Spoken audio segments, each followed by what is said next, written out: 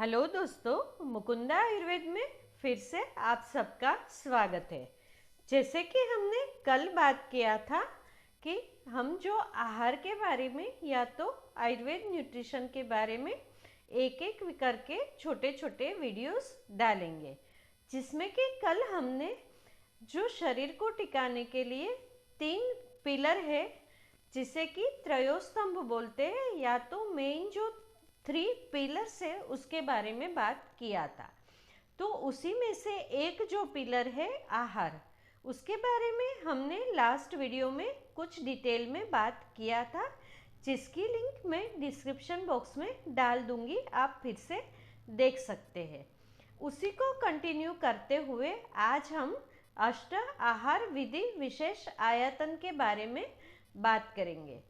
तो आयुर्वेद में जो फूड को लेने की या तो भोजन के संबंधित जो 8 नियम है जिसके बारे में चरक संहिता में बात की गई है, उसी के डिटेल में हम आगे आगे बात करेंगे। एक तरीके से ये एक एल्गोरिदम जैसा ही है जो धीरे धीरे मैं डिटेल में समझाऊंगी। इसके बारे में आज मैं थोड़ा बात करूंगी। तो क्या बोला है, तत्र खलु इमानि अष्टो आहार विधि विशेष आयतनानि भवन्ति यत् तथा प्रकृति करण संयोग राशि देश काल उपयोग संस्था उपयोक्ता अष्टमानि भवन्ति। तो ये 8 चीजें हैं जिसके बारे में आयुर्वेद में बात किया है। तो देखने के लिए तो ये 8 चीजें हैं, पर इसका जो इंटरकनेक्शन है वो सारा मिला दो तो ये एक एल्गोरिथम बन जाता है। ये एक बहुत ही डिटेल सब्जेक्ट है जिसके बारे में हम धीरे धीरे आगे बात करेंगे। तो सबसे पहले बात किया है प्रकृति का। तो अगर हम मोटा मोटी थोड़ी बात करें तो इसे हम बोल सकते हैं नेचुरल क्वांटिटी ऑफ फूड। अगर उसमें और डिटेल में जाए तो जो इंसान फूड कंज्यूम करता है उसकी प्रकृति क्या है, उसी में हम डिटेल में जाए तो उसकी जो एज है उसकी प्रकृति क्या है।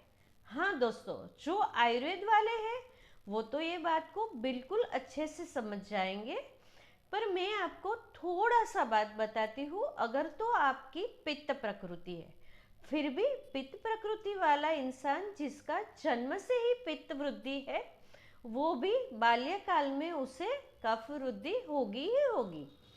जो कफ काल है, जैसे कि हमारी जो ऋतुएं है, वही ऋतु में जो कफ वृद्धि वाली ऋतु है उसमें उसे कफ की वृद्धि होगी ही होगी।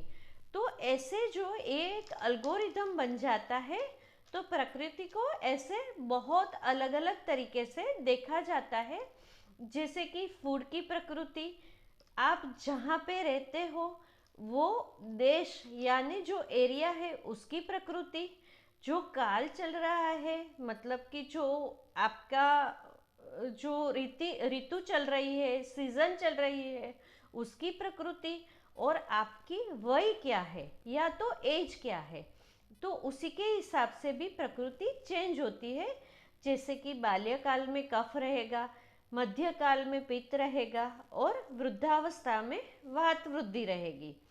तो ये भी एक डोमिनेटिंग फैक्टर होता है आपकी जन्म प्रकृति के साथ साथ। तो ऐसे ये पूरा एक इसका एल्गोरिथम बनेगा जिसके बारे में हम धीरे धीरे डिटेल में एक एक वीडियो बनाएंगे। आगे है करण। करण मतलब प्रोसेसिंग ऑफ द फूड। यहीं पे भी फूड को अलग अलग तरीके से प्रोसेस किया जाता है। जैसे कि कोई बॉईल करता है, कोई स्टीम करता है, कभी हम तंदूरी में रोस्ट करते हैं, वैसे जो कभी फ्राई करते हैं। तो ये अलग अलग प्रोसेसिंग है, इसे करण बोलते हैं। आगे है संयोग। संयोग माने कॉम्बिनेशन। कॉम्बिनेशन ऑफ सब्सटेंस होता है, कॉम्बिनेशन ऑफ प्रकृति होती है। जैसे कि आपकी प्रकृति अलग है, फूड की प्रकृति अलग है, तो ये अगेन एक एल्गोरिथम बनेगा। आगे एक बात आती है राशि। राशि मतलब क्वांटिटी। तो क्वांटिटी ऑफ द फूड, तो इसमें भी एक फिर से डिटेल आएगी कि कैसी क्वांटिटी लेनी है। अगर तो आप दो फूड का कॉम्बिनेशन करते हैं तो कौन सा फूड कितनी क्वांटिटी में लेता है, या तो दो में से कौन किसकी क्वांटिटी ज़्यादा रखोगे, आप किसकी कम रखोगे, तो ये एक क्वांटिटी आएगा। फिर आप एज के हिसाब से कितनी क्वांटिटी ले सकते हो। अगर तो आपको कोई डिसीज़ है तो आप कैसे कॉम्बिनेशन करोगे क्वांटिटी का, तो ये अगेन ही एक बहुत डिटेल सब्जेक्ट है। आगे जाएगा देशा। देशा का मतलब है प्लेस, तो उसमें भी हम कॉम्बिनेशन करेंगे। Place where the food is grown and cultivated, तो ये एक देश हो गया। दूसरा देश की बात करें तो आप कहाँ पे रहते हो, वो जगह को भी आप देश बोल सकते हो। अगर तीसरी बात करें तो देह को यानी कि बॉडी को भी देश कहेंगे, तो वो देश क्या है वो भी इसमें कंबाइन होगा। आगे आएगा काल। कालो ही नाम देवता, तो time of the intake of food, तो ये अगेन दिन में कब कब कौन से टाइम पे फूड कंज्यूम करना है। और दूसरी बात टाइम में बोले तो सीज़न क्या चल रही है उससे भी आगे एक बात बोले तो ये टाइम का एक मीनिंग होता है आपकी जो वय है या तो एज है वो टाइम क्या है। तो देखिए ये कितना बड़ा अल्गोरिदम है, बोलने के लिए एक श्लोक है। तो ऐसे ही संस्कृत है, वो समझने के लिए बहुत ही ज़्यादा सोच चाहिए। या तो हम जैसे जैसे जैसे जैसे आगे बढ़ते हैं एक एक हर चीज़ का अलग अलग मीनिंग निकलता है, और उसी के कॉम्बिनेशन से ये जो आयुर्वेद बना है, मतलब कि आयुर्वेद में एक श्लोक के अनेक मीनिंग निकाल सकते हैं, तो उसी हिसाब से हम ट्रीटमेंट करते हैं। आगे हो गया उपयोग संस्था, मतलब रूल्स ऑफ टेकिंग फूड। हाँ जी दोस्तों, ये एक बहुत बड़ा सब्जेक्ट है कि फूड को खाने के लिए क्या क्या रूल्स हैं। तो ये भी इसमें भी हम बहुत सारी आगे आगे बातें करेंगे। उससे आगे लास्ट वाला है उपयोक्ता, तो ये है person who consumes the food. तो ये जो एक पर्सन है उसे खाना लेना है, तो वो कैसे खाना सिलेक्ट करेगा, उसके ऊपर क्या क्या संस्कार माने प्रोसेस करेगा, उसको कौन सी काल में लेगा, मतलब कि सीज़न क्या है, उसे भूख लगी है, उसके लक्षण क्या है, अगर तो उसे कोई डिसीज़ है तो वो डिसीज़ है वो उसका कौन सा स्टेज चल रहा है, उसकी अग्निबल कैसा है, उसके जो जहाँ पे रहता है वहाँ पे अवेलेबिलिटी क्या है। अगर तो हम अवेलेबिलिटी की बात करें तो आजकल हर जगह पे सब कुछ मिलता है, तो ज़्यादातर लोग ओवर न्यूट्रिशियस होते हैं। अंडर न्यूट्रिशन उसी को होता है जिसकी कि पाचक अग्नि ठीक नहीं है, या तो फिर पाचक अग्नि भी ठीक है तो आगे जाके धात्वाग्नि भी ठीक नहीं है। तो ये भी एक अलग बात है। ये सिर्फ आयुर्वेद में नहीं, हमारी भगवत गीता में भी बताया है कि दरअसल हमारे शरीर में 13 प्रकार की अग्नि होती है। तो सामान्य लोग सिर्फ जठराग्नि को ही अग्नि मानते हैं।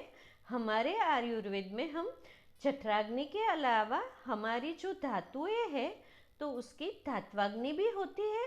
उसके बाद हमारे जो पंच महाभूत है तो वो हर एक महाभूत की एक अग्नि होती है।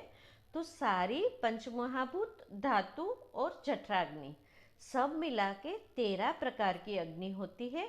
13 जो अग्नि होती है वो 13 ही अग्नि अलग अलग पाचन करती है, जिसमें से कोई एक भी अग्नि मंद है तो आगे की धातु का पुष्टि नहीं होता है। पुष्टि नहीं होने से प्रसादन नहीं होता है, और धातु पाचन ठीक नहीं होने से आगे आगे की धातु इफेक्ट होके इंसान को न्यूट्रिशन या तो माइक्रो न्यूट्रिशन उसके बॉडी से कम हो जाता है। तो सबसे पहले तो हम जठराग्नि ही की बात करते हैं, क्योंकि हम जो भी आहार लेते हैं उसका पाचन जो है वो जठराग्नि ही करती है। तो ये एक बहुत ही डीप सब्जेक्ट है जिसके बारे में मैं आपको धीरे धीरे बताऊंगी। साथ ही साथ हम, क्योंकि आप जो आयुर्वेद वाले नहीं हैं वो बोर ना हो जाए, इसके लिए एक और चीज़ शुरू करेंगे कि हम एक एक द्रव्य को लेंगे। जैसे कि हम चावल के बारे में बात करेंगे, या तो फिर कोई दाल के बारे में बात करेंगे, कोई एक फ्रूट के बारे में बात करेंगे और उसी को कैसे यूज़ कर सकते हैं। या तो अगर आप लोग डिमांड करते हैं तो हम कोई एक द्रव्य के बारे में बात करेंगे, जैसे कि आंवला है, यष्टि मधु है। ऐसे ऐसे हम धीरे धीरे पूरा ये जो फूड एंड न्यूट्रिशन है उसको कवर करेंगे। बीच बीच में अगर तो आप चाहे तो कोई एक डिशेस भी ले सकते हैं कि वो डिशेस में आप अपना खाना कैसे सिलेक्ट करें। धीरे धीरे आप भी मुझे कमेंट करते रहिए और मैं अपने दिमाग से भी आगे आगे वीडियो लेती रहूँगी। तो आज के लिए बस इतना ही। आगे हम फिर से ही यही जो 8 टॉपिक है उसके बारे में एक एक टॉपिक को हम डिटेल में डिस्कस करेंगे। और इसी में भी अगर आप कुछ और समझना चाहते हैं तो आप मुझे ज़रूर ही मेल भी कर सकते हैं, या तो फिर मेरे से बात भी कर सकते हैं। प्लीज़ आप मुझे जहाँ तक हो सके व्हाट्सएप मैसेज कीजिए, मुझे फ़ोन मत कीजिए। मेरा जो नंबर है वो मैं डिस्क्रिप्शन बॉक्स में मेंशन कर दूँगी। तो धन्यवाद, आज के लिए बस इतना ही। कल हम फिर से मिलेंगे नए टॉपिक के साथ।